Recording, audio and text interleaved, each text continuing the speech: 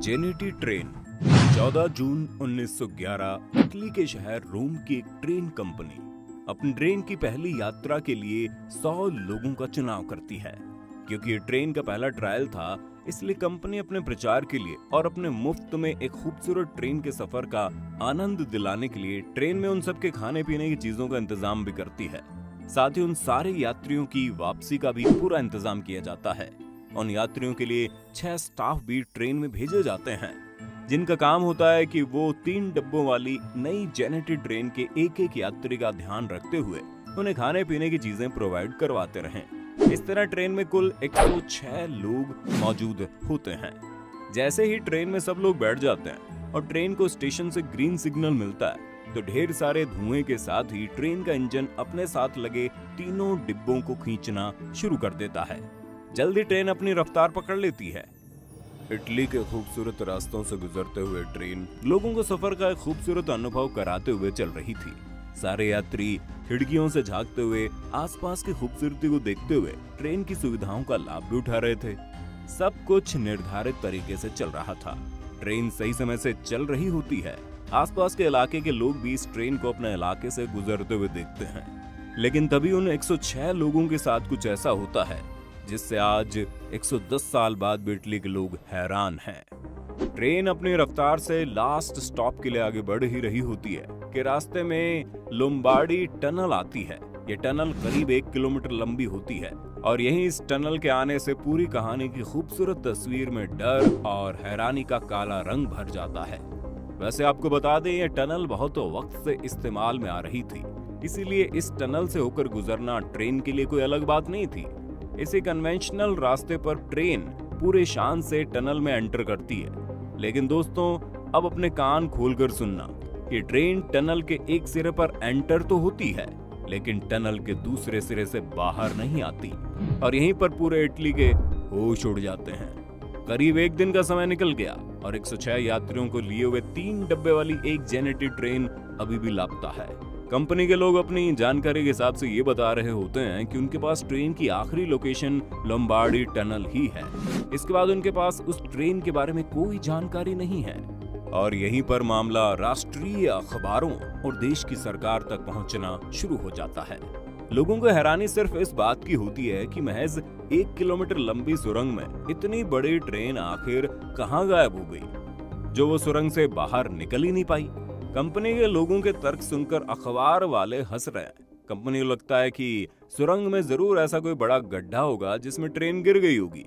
इसलिए कंपनी अपने कुछ एक्सपर्ट्स को सुरंग की जांच करने के लिए भेजती है। एक्सपर्ट्स भी डरे डरे से सुरंग में एंटर करते हैं, क्योंकि सुरंग ने लोगों के भीतर एक खौफ तो भर ही दिया था। एक्सपर्ट्स की टीम पूरे टनल की काफी बारीकी से जांच करती है, लेकिन ना उन्हें उस टनल में कोई बड़ा गड्ढा मिलता है, न इस ट्रेन से जुड़ी कोई भी चीज हासिल होती है।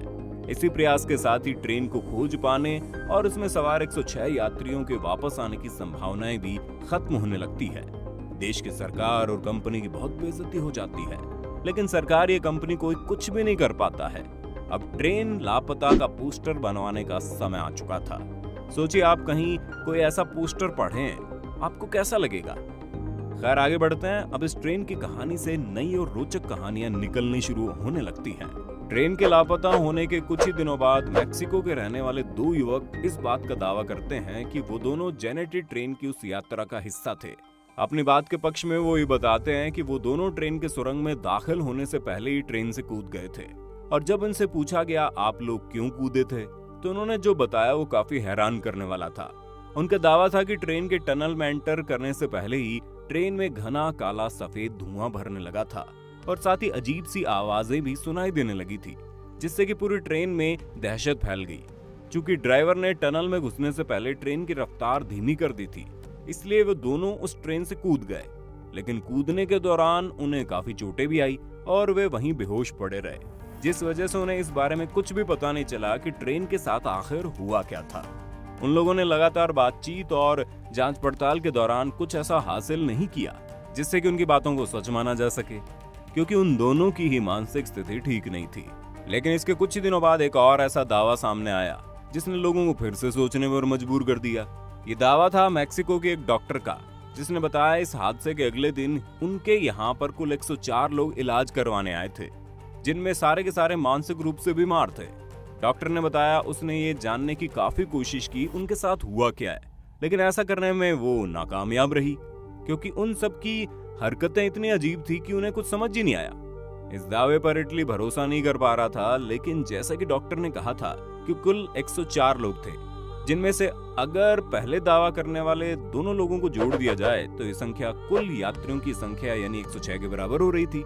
लेकिन अंत में इस दावे से कुछ भी हासिल नहीं हुआ। समय के साथ लोग इस ट्रेन हादसे को भूलने लगे थे और सारी जांच एजेंसियों ने भी खुद को समेटना शुरू कर दिया, और इसी के साथ ही हादसा एक गहरा राज बनकर ही रह गया। लेकिन बाद में इस ट्रेन से जुड़ी कुछ ऐसी बातें सामने आई जिसने हैरानी का लेवल और बढ़ा दिया था। जैसे कि इस ट्रेन को अलग अलग समय पर अलग अलग जगहों पर देखा गया, जिसमें यूक्रेन, रशिया, मैक्सिको और इटली के कुछ शहर शामिल थे। इसको देखने का दावा करने वाले लोग जिस तरह से इसका हुलिया बताते थे वो हूबहू इसी जेनेटी ट्रेन के जैसा ही होता है। इसी के साथ एक और ऐसी बात इस ट्रेन के बारे में सुनने में आती है जो ज्यादा ही हैरान करने वाली है, लेकिन इस बात से इस ट्रेन की गुत्थी कुछ हद तक सुलझती हुई नजर भी आती है। हुआ कुछ यूं कि मैक्सिको में बिल्कुल ऐसी ट्रेन यानी जेनेटी ट्रेन को देखने के बारे में कहा जाता है, और वहां साल 1840 यानी जेनेटी के जन्म से करीब 70 साल पहले ही उसे मैक्सिको में देख लिया गया था। अब आपको लगेगा कैसे ये दावा चीजें साफ करता हुआ नजर आ रहा है। तो बात कुछ यूं है भाई साहब कि मैक्सिको के इस दावे के बाद एक्सपर्ट्स ने वही सोचा जो सोचना चाहिए था। उन्होंने ये बात कही शायद इस टनल में घुसते ही ट्रेन स्थान यात्रा को छोड़कर समय यात्रा पर निकल गई। इसी वजह से उसका कुछ पता नहीं चला और वो टनल के बाहर कभी निकली ही नहीं।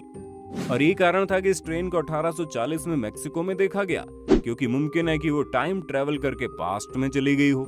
आपको क्या लगता है आखिर इस ट्रेन के साथ क्या हुआ होगा? क्या सच में वो ट्रेन टाइम ट्रेवल का शिकार हो गई? हमें कमेंट में बताइए ना। अगर आज की ये वीडियो पसंद आई तो इसे लाइक करने के साथ साथ अपने दोस्तों और रिश्तेदारों के साथ शेयर कर देना। अगर ये वीडियो YouTube पर देख रहे हो तो चैनल को सब्सक्राइब करके बेल आइकन दबा दो। अगर Facebook पर देख रहे हो वीडियो तो Facebook पेज को लाइक कर दो। फिलहाल के लिए इतना ही, अभी के लिए हमें दीजिए इजाजत। आपसे मुलाकात होगी अगली वीडियो में। शुक्रिया।